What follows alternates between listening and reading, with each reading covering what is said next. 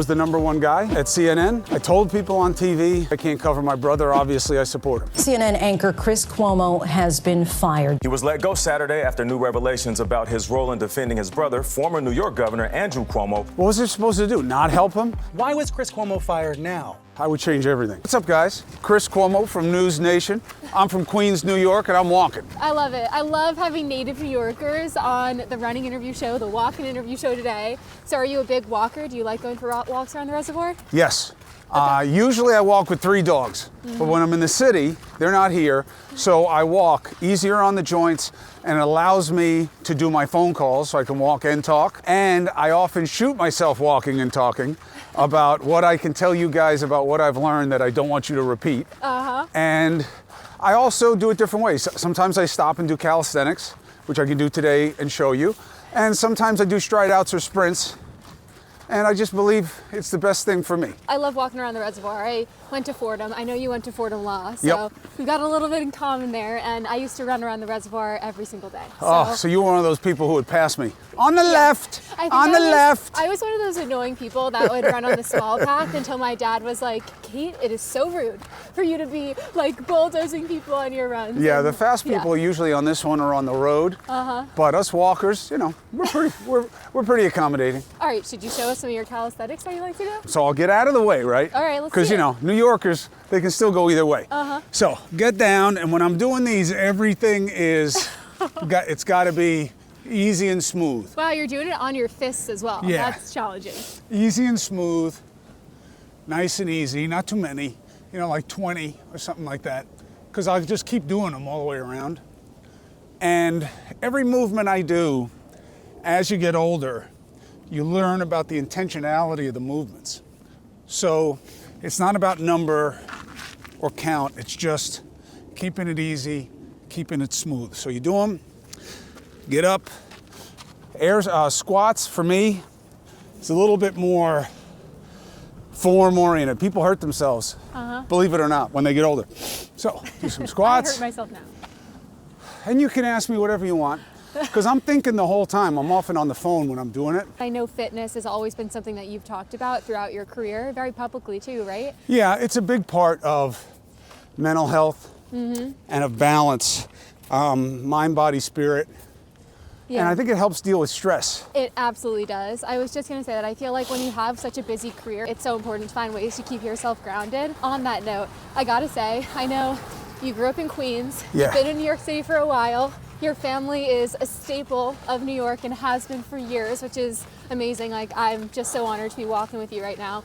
I'm curious, like, having grown up in New York for so many years, what are the places that still kind of surprise you and inspire you in the city? It's the people. Yeah. It's the people. The city is great. There are a lot of great cities. But here in New York, it's the people. And especially being a Cuomo, you know, the legacy of the family is really kind of extended to anyone. Right. You know, one of the hard things for me in the transition to doing digital media and social media is how fractured the dynamic is. Right. You know, whereas the ethos for me growing up and my mentality is that we're all family. Right. And that's how New York is.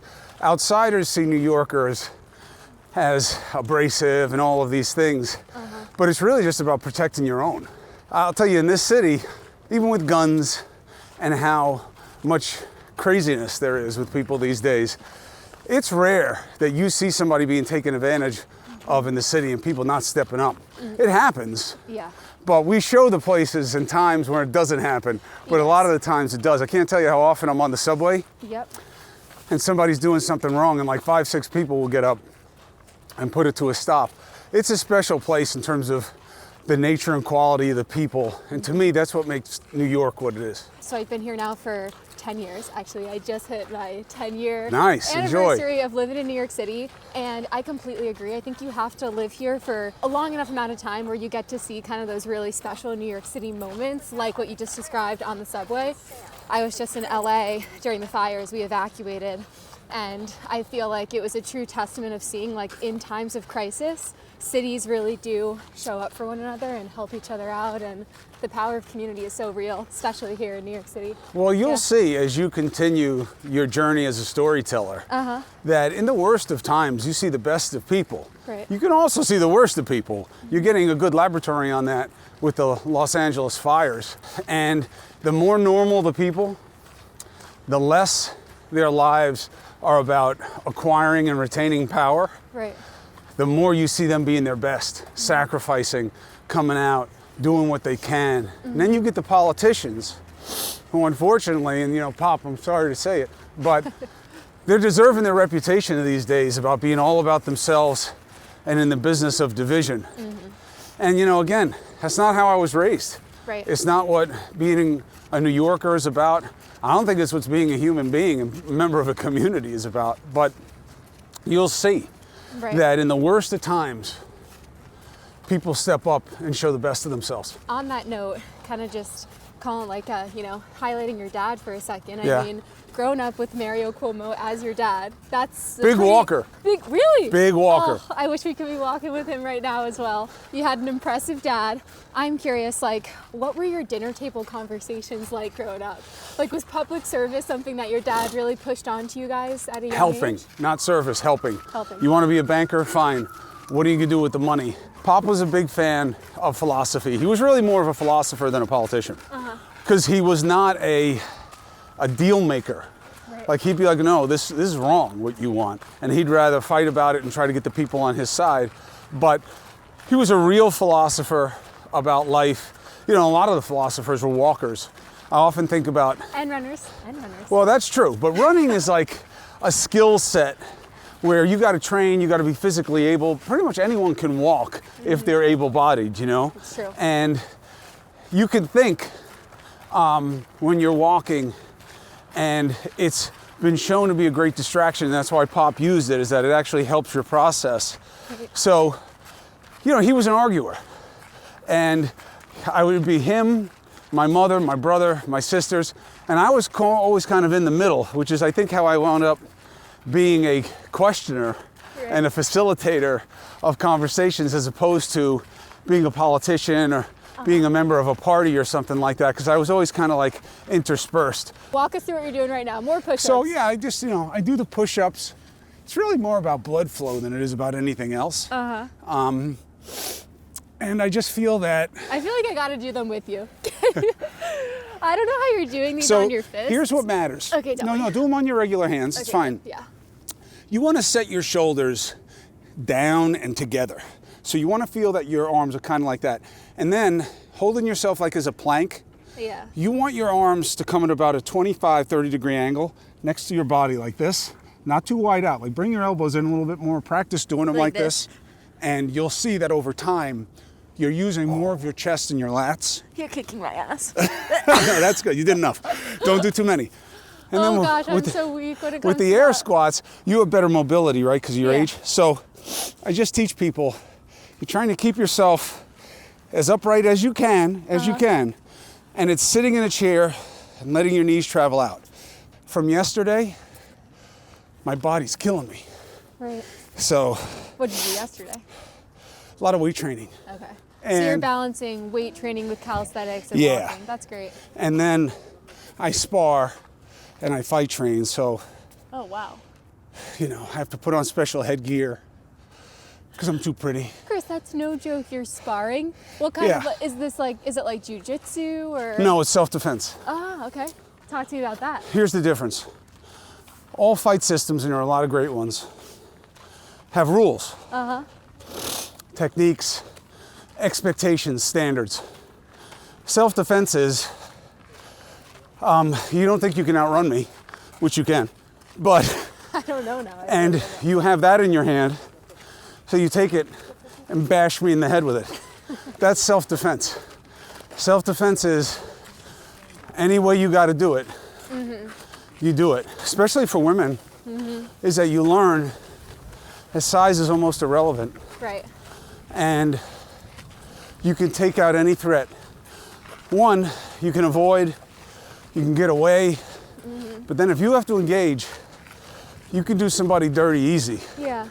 And I'm not saying to do it, but I'm saying, God forbid, if you need to. If any of you come up to Chris on the streets of New York, be prepared. He's taking self-defense. Well, I'll tell you something. Yeah. That I'll word carefully. Okay.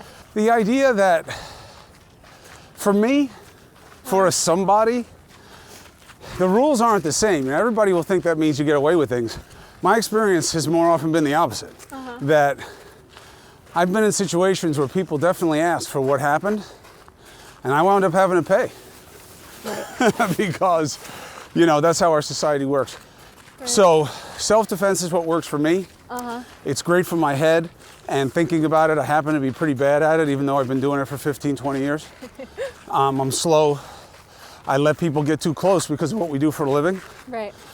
And I kind of have to be the victim in order to survive any following legal situation. Right. So it's very frustrating, the coaches that I work with. But I like it, and I think it's great for women as an empowerment principle. Right. That it doesn't matter about size, you can take care of yourself. Yeah. And just really quickly on this note, because I think it's a really interesting topic, especially since you've been in the public eye for so many years. Yeah. I'm sure you've had some crazy stories where people are approaching you on the streets. It's just the nature of the business. So I'm curious, do you have any stories that have really impacted you? Yeah. So I have so many stories. I mean, I'll give you an interesting take on the difference between men and women. When men see me in person, they almost always change their disposition. Right. Now, I know when you put this out, in the comments, guys will be like, I'd love to meet you. I'd beat your ass. My experience in person is men are very simple animals. Right. And they see that, oh, I didn't know he was this size. And that kind of is it for them. Yeah. Not women. You are a big guy. I had no idea what to expect. And I was like, oh, he definitely is in shape, which is awesome for the show. Yeah, I'm in shape, pear shape. If women have a problem with you, they don't care what size you are or how physically intimidating you are. Right. They come right up and they say, here's what I don't like about what you said, or I want to know why you see it this way. And it's a really interesting education on how we are as human beings in terms of the genders. Men are very simple animals. Right. But I've had lots of people tell me what they want to say, and I signed up for that. And I'm usually 9 times out of 10 really enthusiastic about the engagement, whether it's positive or negative. Right. It's just when I have my kids.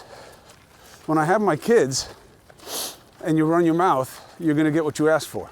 Absolutely. And I don't know why that is, because intuitively I would think I'd probably be on my best behavior when I'm with my kids.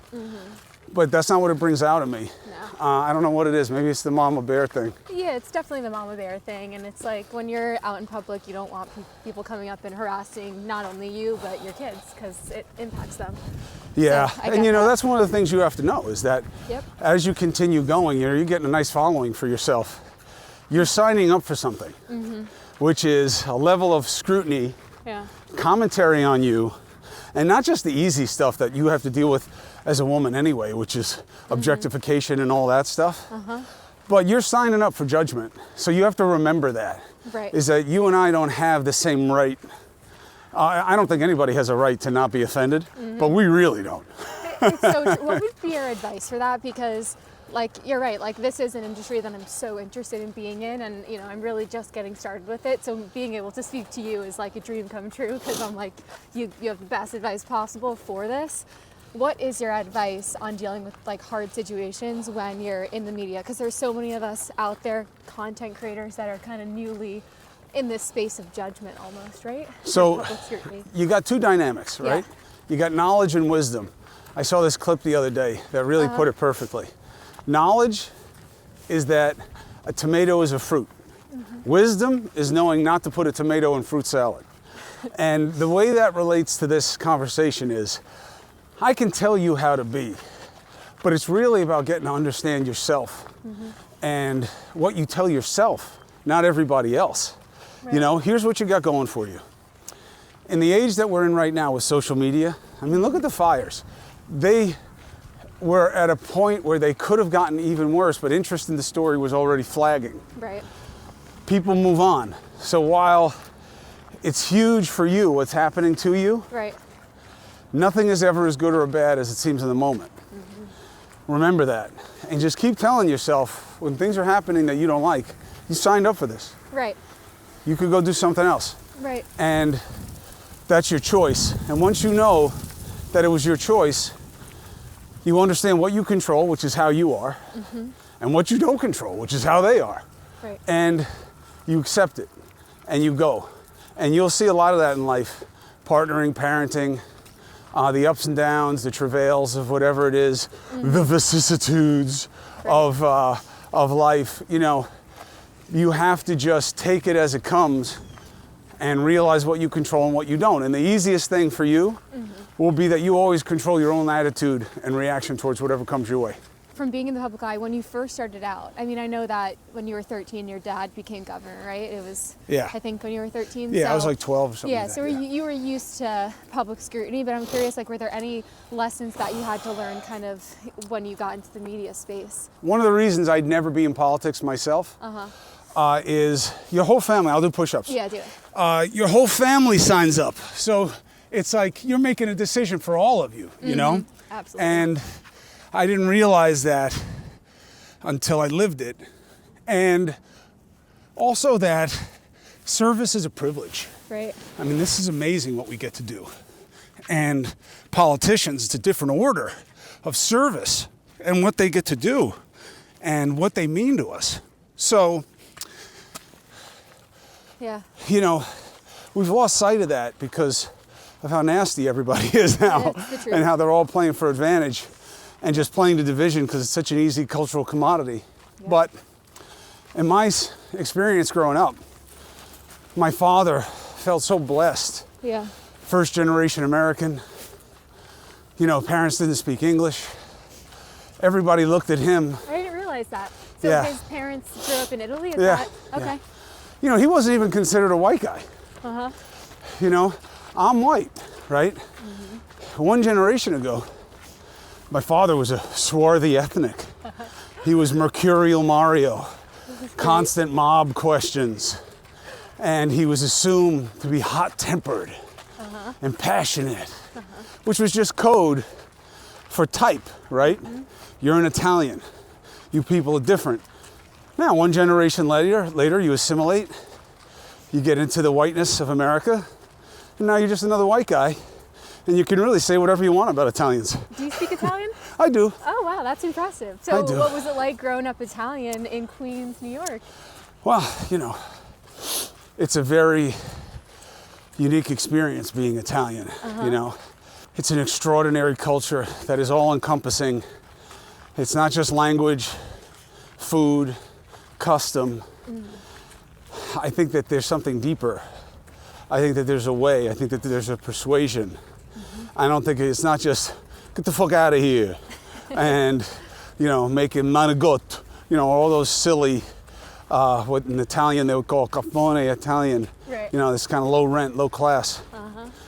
But there's a manner of kind of passionate pursuit, protection of family, understanding and embracing the romanticism of life. Right. You know, it's not that we just love to eat. You're in awe of the abundance of flavors, of combinations, of time, of effort, of that alchemy of, you know, heart and ingredients Right. that goes in to making a meal and what it is to sit and eat. And how many times as a kid you get corrected, slow down. Yeah. Enjoy what you're eating. Take a sip. Try some of this.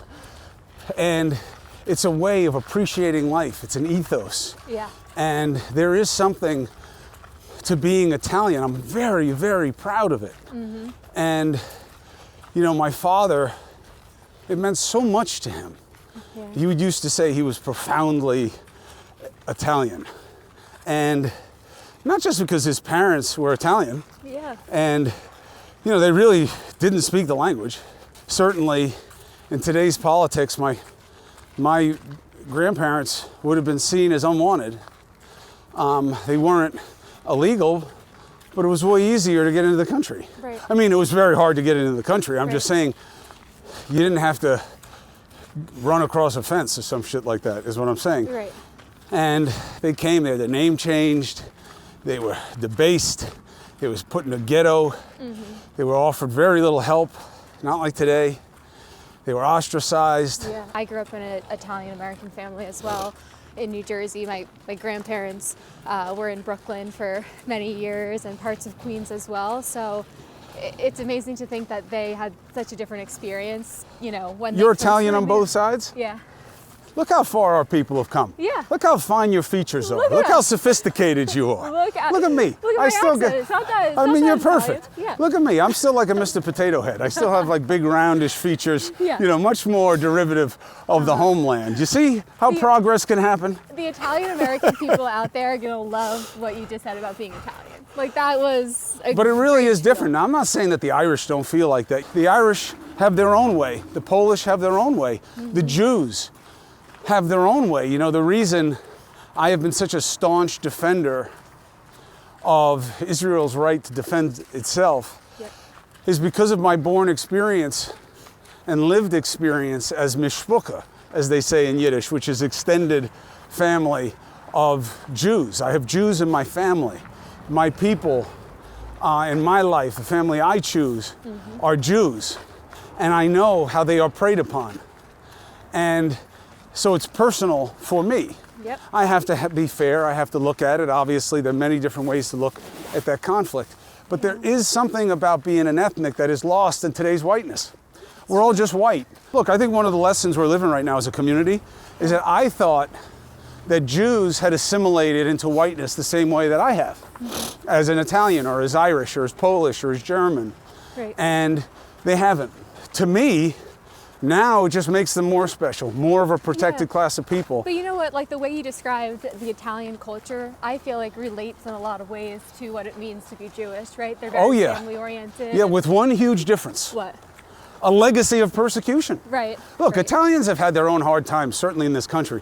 But, you know, it's like saying that calling me Fredo is the same as the N-word, which Right. once I was trying to make people understand why Italian slurs are so hurtful. But it's not like the N-word. And I actually analogized to it early on to help people understand. And I realized, no, there is no link to the word and a period of oppression that was completely inhuman. And for the Jews, it's the same thing. So the Jews have a resilience that is born of an awesome but ugly motivator, which is existential threat. And I don't think that people get that. I did an interview with Dana Perino, and she told me like one of the things her dad always did was The dog lady. she had to read the headlines of the newspaper kind of every day, and then be able to have a discussion about one of the articles with her dad at the That's dinner good. table. And I'm curious, like growing up, No, my father was way more insular because everybody knew what he was doing, Right. and those were big items on the table. Yeah. His talks were more about why. That was the only question he cared about. And that's the only question I care about in journalism. Everybody else can tell you who, what, where, and when. It's all about why. It's all Right. about why things are happening. And for my father, it was always more personal about what you were doing with your life, with your time, with your family, with your kids, with your partner, and why. Why were you doing it? And any position you had, it was what's motivating that position. Right. So right now, everybody's in a what mode, right? Which is politically, what party, what's your pet peeve, what's your point of division? And my father would have said, stop and think about it. That's why I'm not just against the party system. Right. I believe that the hope for our democracy is in people being independent, critical thinkers. And that was actually the best sign of this last election. I found Biden and Trump both to be woefully lacking as representatives of what America can generate in leaders. But more people voted as independent than we've ever seen before. It's amazing. And I really think that that's the promise. My pop wouldn't have liked it because he was a Democrat, Yeah. but his party doesn't exist anymore. And the Republicans that I married into, their party doesn't exist anymore. So, I think he'd be all right with it over time. Democratization of media, good. Is more always better? Yeah. Not necessarily. Right. What do we have now? An accountability gap, okay? People say legacy media, mainstream media. What do they really mean? Don't watch them, watch me. Right. They don't tell you the truth. I've been in it a long time. I have a podcast. It's been doing well. Yeah. I'm surprised. It's great. However, I have learned something. I screw up on the podcast, which is really easy because digital media is so much about provocation, right? Provocativeness. Where's the accountability? If you're going to get owned on Twitter, there's going to be a community note. When you work at the Wall Street Journal, you fuck up, they sue you. There are standards. There's accountability. You're going to lose. Right. You're going to lose your job. We don't have that in independent media yet. And it matters. For instance, I'll give you just a simple for instance. Yeah. You will not hear someone on News Nation, certainly not on my watch, say there was no water in the pumps in Pacific Palisades. Why? Because that's not true. That's why. Right. Well, what was true? They had pressure issues. What's the difference? One is about supply and miss or malfeasance by management. The other is a circumstantial reality of what they were up against. Meaning they were fighting on hilltops a number of fires and intensity of fires that their infrastructure was not set up for, and So sad. what they say no infrastructure could have been set up for. Right. Now that's the truth. Yeah. So why do you hear so many, Clickbait headlines almost, right? no water in the pumps, Right. Newsom, bad? I can't say that. Why? It's not true. Yeah. And I'm gonna have like 10 people call me from in-house, you shouldn't have said it, in real time in my ear. And that's why on my show very often, I stop whatever I'm saying and I'll say, look, here's why I'm saying it. This is what he said to me, this is what I was told. Yeah. You don't have that in independent media. Now look, I don't want to bunch them all together. Barry Weiss, great outfit, Free Press. Right. I know people don't like her position on Israel, but again, I think she's articulated it well to explain the perspective. Right. It's very personal to her, and it should be. Schellenberger, Taibbi, and there are a bunch of other independent journalists who come from the world of journalism and know the skills and know the tradecraft. Right. But guys with like a hat like this, sitting in front of a desk with a microphone and cans on, who are telling you it's all a conspiracy and COVID was a joke, they're getting clickbait because they're playing on people's fears and prejudice, and they're getting a following. Right. But they're full of shit. I feel like there's so many issues. There's over communication. There's people having shortened attention spans where they're not willing to really do the research. They read a title and they take it for, fact. And what they do is, Yeah. look, the easiest thing to do in the business Yeah. is to say, hey, I heard how your husband was talking to you. I heard how you were talking to your husband. Yeah. And taking it out of context. Right. And you'll be like, no, you don't know. That's not what we meant. Right. But the audience will never get the benefit of that. Right. And it's over. And that version of you is now out there because of me. And you can't fix it. You know that expression, unringing the bell? Right. So, look, again, democratization of media, good, okay? More ideas, more better. The idea of censorship is anathema to democracy. You have to tolerate the shit. Yeah. I have to tolerate people having way more reach than I've ever had, no matter what show I was on, when I know they don't deserve it and Right. don't warrant it with what they're saying.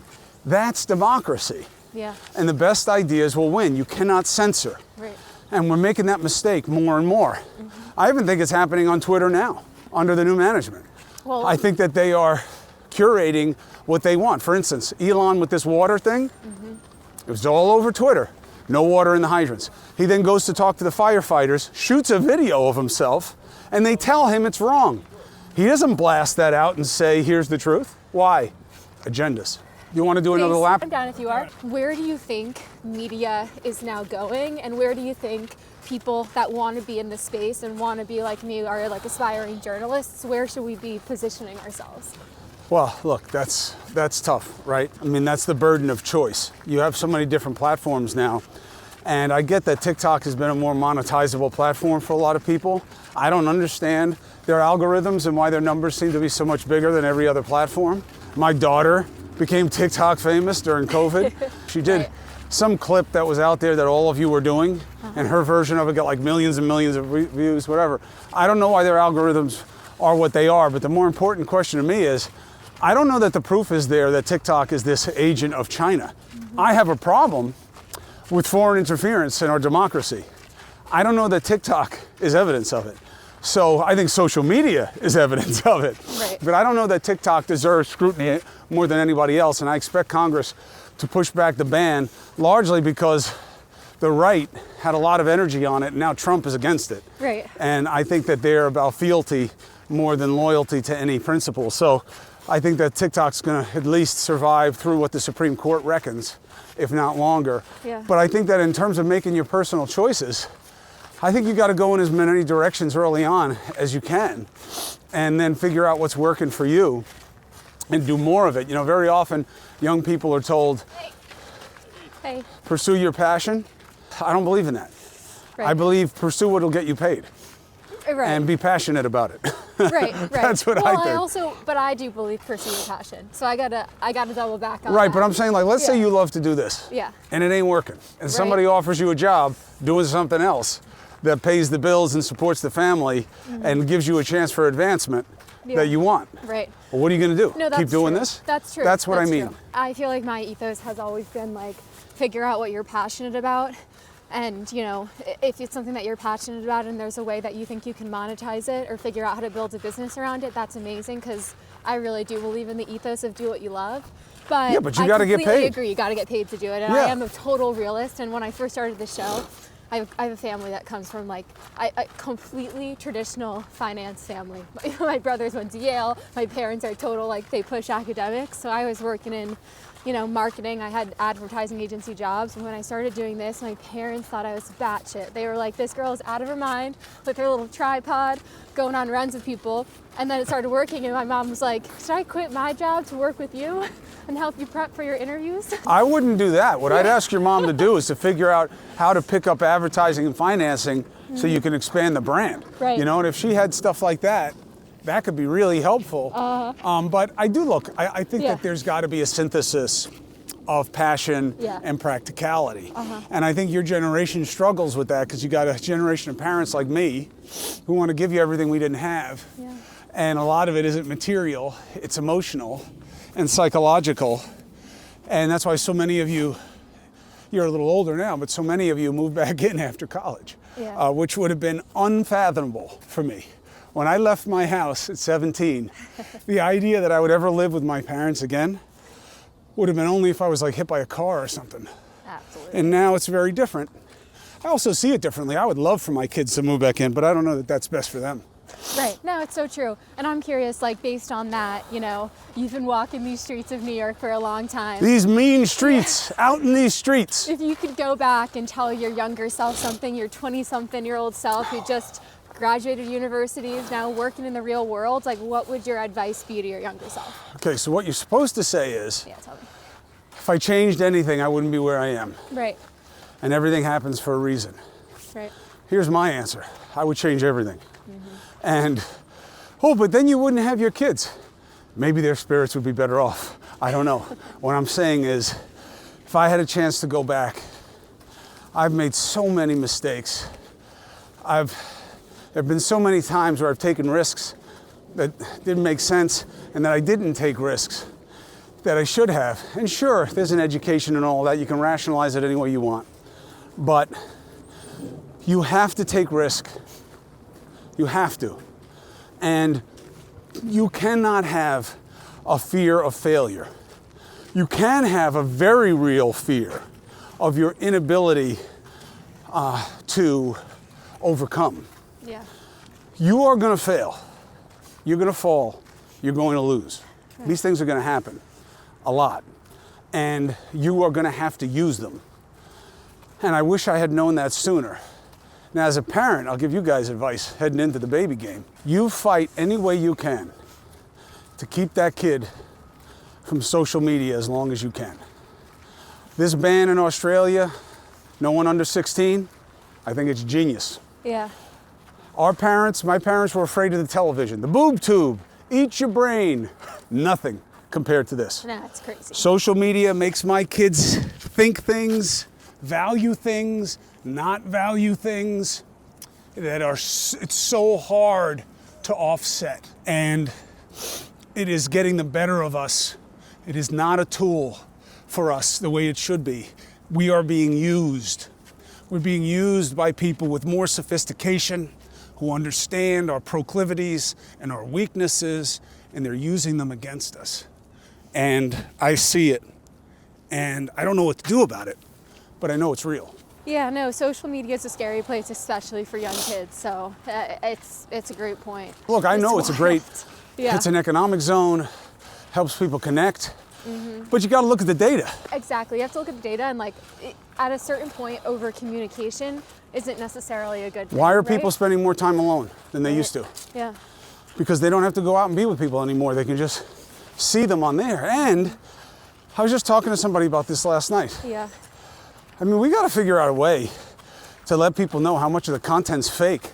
Not just AI, but that she doesn't really look like that. Right. He doesn't really look like that. Right. That's not his face. You know what I mean? Those aren't his abs. You know, there's a lot out there that's fugazi, and people are being sold things. This plan, this supplement, this thing. So more is not always better, and I think we're working our way through that with social media, and you got to balance that with not censoring ideas, certainly of a political nature. Absolutely. But it's tough, and we're not on the right side of it right now. No, yeah, it's like this new world that we're not going to know the ramifications of it till we're 15 years from where we are right now, because we're really just in the beginning of like doom scrolling and people being so connected to their phones. Brain rot. We all like a little bit of doom scrolling. Are there any videos that you'll like enjoy watching if you're ever on social media, or not really? Yes. So here are my bad habits. Okay, tell me. Just some of them. Yeah. I honestly believe, I mean this, Yeah. I could shoe a horse. I'm telling you, I could shoe a horse. I can fix an abscess in a cow's hoof. I know how to use the tools. Wait, I love those videos. I know exactly what you're talking The farrier videos. Farriers. I don't know that I could get that thing's hoof between my legs. I don't know that I'd be able to do that. And I don't know that I'd have the strength and that those guys have in their grip to do as much as they do, as many. But I'm telling you, I've learned how to do it. Great. I know how to do it. I know how to break the nails. I know which pincher that is. And I know how to get the shoe off. I know how to scrape it. I know how to clip it. I know how to carve out the horn. I know that it's called horn.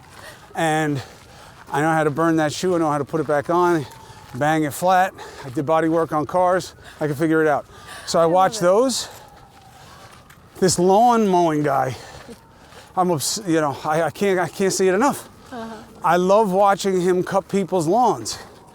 And I love that there are all these jobs, the trades that people don't want to do because they think they're beneath them. But now we're making people millionaires watching them do their jobs online. It's amazing, yeah. Plumbers, welders, carpenters, framers. I love this renewed respect for the trades. I think it's actually a big problem for our economy, is we've lost the artisan class. Yeah. And I love seeing these guys out there who are carrying the flame and letting people know, man, you are so much better than someone who just works with their mouth. Great. You know, that you can do shit with your hands. I mean, as a man, it's like such a forgotten standard. You know, like, you're not surprised if some guy your age can't change a tire. No. Or doesn't know how to open his hood. Right. But if I asked my dad to do any of that stuff for me, I'd be like, I know he's got it down. Yeah, and we've kind of lost that. Now look, I was raised with it very specifically. My brother's a master mechanic. He taught me a lot of things. He taught me to figure it out. If you tell me what to do, I can do it. Simple things like maintenance. Yeah. Fixing, I can do it. These bolts are loose. This bracket has to come off. I got to replace this part. Yeah. I can do those things. Andrew can listen to an engine and tell you what's going on with the vehicle. Andrew can ride in your car and tell you what's wrong with the suspension. And that is the difference between a diagnostic mechanic, a master, and a wrencher, which is what I am. And He's been like that all his life with everything. Andrew is a fixer. That's why he was so effective in government. Andrew's not the best politician in the world. He's not he's not a silk tongue. You know, he's not everybody loves him because he's figuring out a way to make everybody think that he's their best friend. That's not who my brother is. If my brother likes you, you know it, and you can count on him. If he doesn't like you, you know it, and you can count on that too. But in government, he fixes. And I know it, I've seen it. And people can look, everybody has their opinions. Again, he signed up for that. Right. He signed up for the scrutiny. He signed up for the attacks. He signed up for the takedown. Fair or unfair, like it or not. That's how that game is played, especially in his party.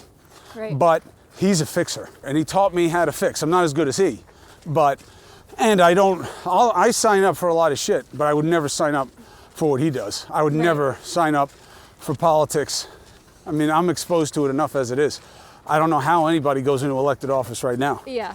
I mean, it's basically like, It's, rubbing peanut butter all over yourself and then walking into a pack of pit bulls. It really, I mean, it's a suicide trap. It's crazy. But I always have respected how much love and respect and support you've given your brother. I think it's amazing, and I think it's how families should support one another. You know, people say to me what you just did pretty often. I don't know any other way to be. I think it's really important in life to learn the lesson, right? You're going to fail. Yep. The idea of win or learn, I like that. Not easy to do, but like, what would I do differently? Yeah.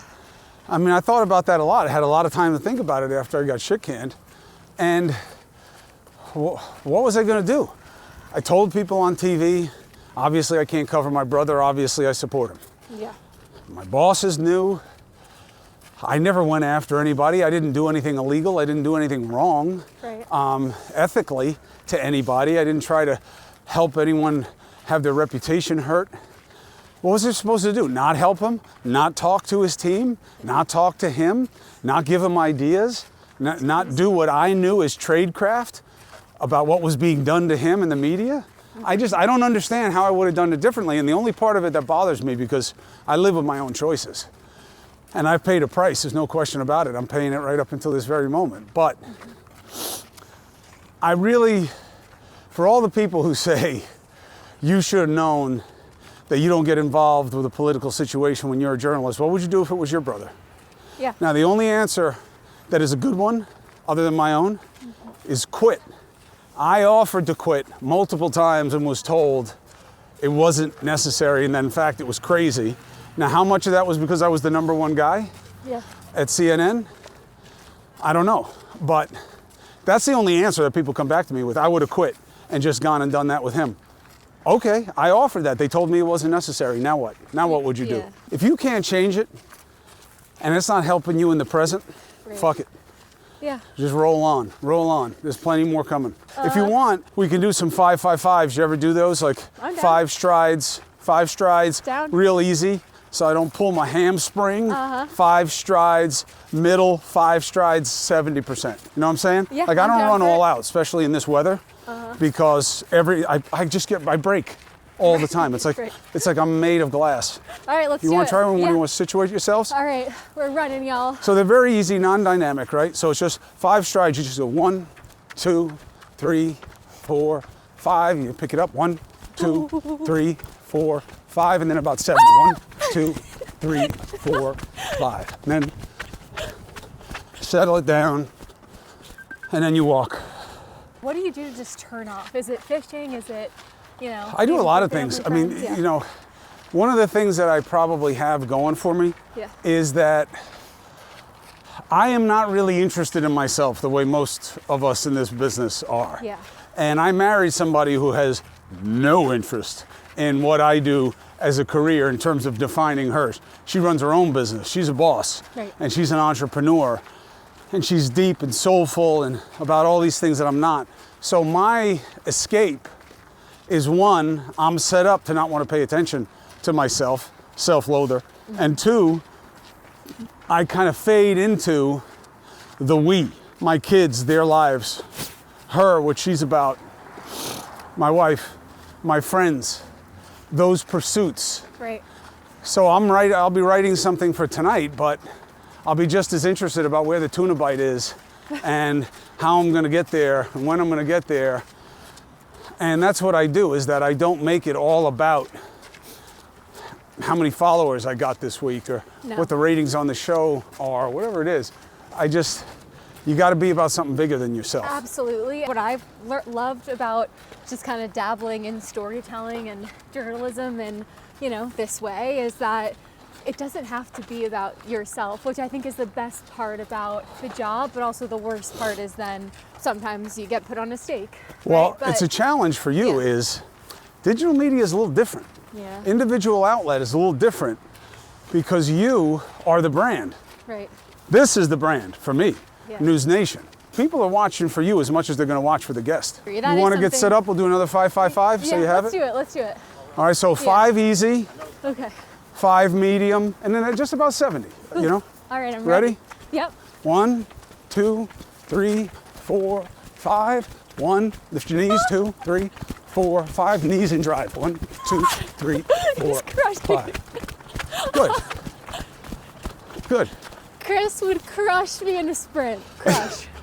Now, I'd probably pull a muscle in about 9 strides. What we were just kind of talking about, one of the things that I have to get better at is talking about myself more. So it's different for you than it is for me. I have specific things in my life that everybody knows about, okay? So I discuss life through the lens of someone who's lived ups and downs, right? Right. As everybody does. I'm just ahead of you because I'm older and I've had more shit happen to me. You have a different bar, which is you have to connect with people where they are in the moment with their ambitions. And the way for you to do that is to find common ground. So you want to avoid what comes easiest to people, which is talking about what makes you special. Because a lot of other people may not have that. So you have to figure out what that common ambition is. Whether it's like, let's say something simple. I want to run a half marathon. Yeah. And so do you. And I'm going to show you how I got to do it so you can do it too. Right. That's a sweet spot. And you have to find that with all of these things. How, let's say what happened at the fires, it's got to be something that is relatable to a common question, a common concern, that kind of vibe. Yeah. And that's what you have to do. And life will present them to you, as a young couple. Yeah. But you're also going to have to remember what to keep your own. Exactly. I have a hard time talking about myself, to be totally honest, because I love so much to tell other people's stories, and that's kind of the craft that I want to hone. Sometimes I'm like, what do people want to know about me? And that's where I get it wrong, because I know a lot of my audiences are like, tell us about yourself too. 100%. They're going to want to know about you. They're going to want to know about this. Yeah. He's good looking, so you're going to have to squeeze him in a little bit. I agree. And look, and just go with it. And just remember that there's also a big part of it that's just you. Yeah. That's just your friends. That only you guys have to know. It's true. That's your life. It's not for anybody else. Be very guarded about that. The intimacy matters. Yep, it absolutely The privacy does. matters. Guys, we've done 2 laps around the reservoir here in Central Park. It's about 30 degrees. I'm cold, but I gotta ask you. It's because you're skinny.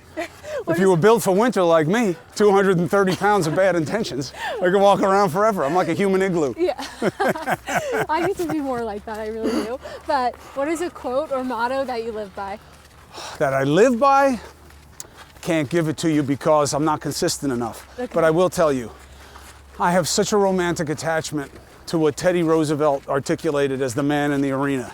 Oh, I love that. And I guess it was Kipling who put it together in his famous poem, If. I really believe that life is about endurance and resilience and perseverance. I mean, it's all the comeback, all the time. Everything in life is lapses. When you're not who you needed to be, when you're not how you needed to be, and what you do with it. And to realize it is not the critic who counts. It is the person who is in there making the effort. And that life doesn't always reward the right thing. It often punishes it. The grind is the only glory there is. The effort, the ability to know, I tried. I did what I could. I helped this situation. I helped myself. I helped my family. I helped what matters. And whatever happens is out of my control. Being that person who's fighting that fight means everything to me. That's why I came back after getting fired. I wasn't going to. And I got convinced by people I care about that I had something I needed to give.